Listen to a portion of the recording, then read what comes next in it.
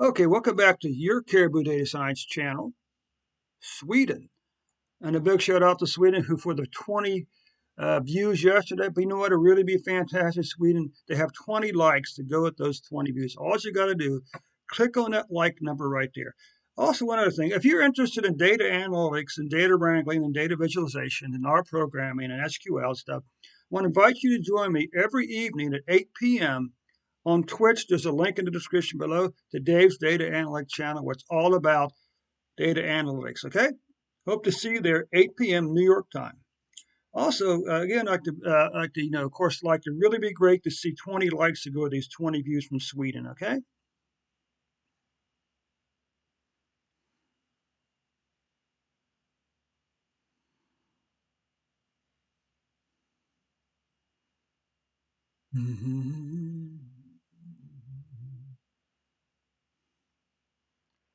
Let's come back over here now.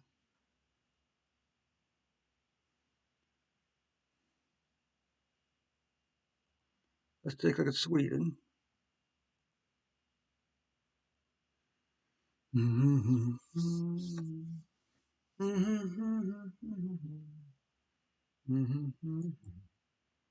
Okay, let's take a look at Sweden's COVID-19 data or vaccine data for Sunday, November the 21st.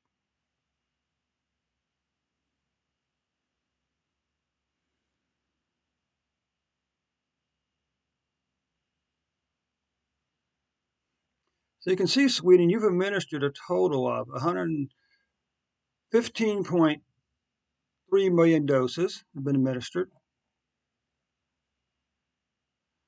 Currently, what is it? Oh, 7.28%, 727, 229,000 people have been vaccinated. It's a single with the first dose, with the first shot, and and uh, and 6,999 plus people have received a full treatment for it, the full vaccine treatment. Currently, Sweden, you have a 71.7% full single shot vaccination rate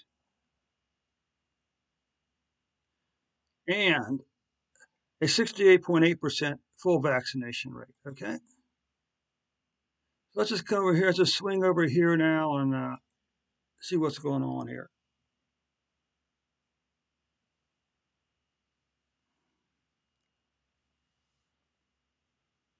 Mm-hmm. I'll also mention if you're interested in data analytics and data visualization and data wrangling and R programming, SQL and spreadsheets, join me this evening at 8 p.m. on Twitch for Dave's Data Analytics channel. It's 8 p.m. New York time. There's a link to the Twitch channel in the description below. Because I have noticed some people have been coming over from YouTube, so that's good news. So right now you can see Sweden, your 2020 cases have passed 2021 cases. The good news is the 2020 deaths will not catch 2020 deaths.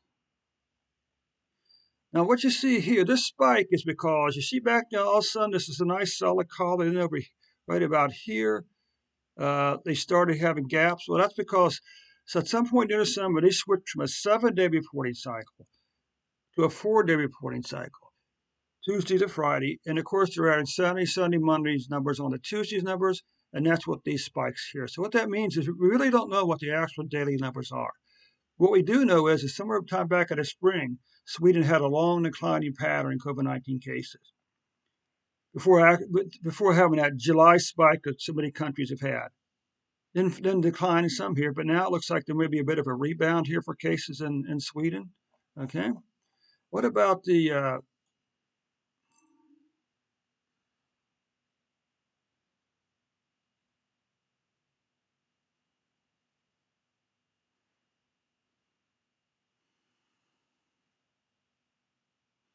so what this works out to is a what 800 average 840 cases per day for the previous 14 days.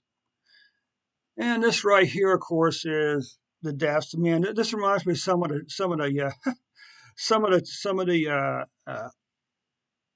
some of the sections of the Camino de Santiago. It's all downhill, right? Well, except for these things right here.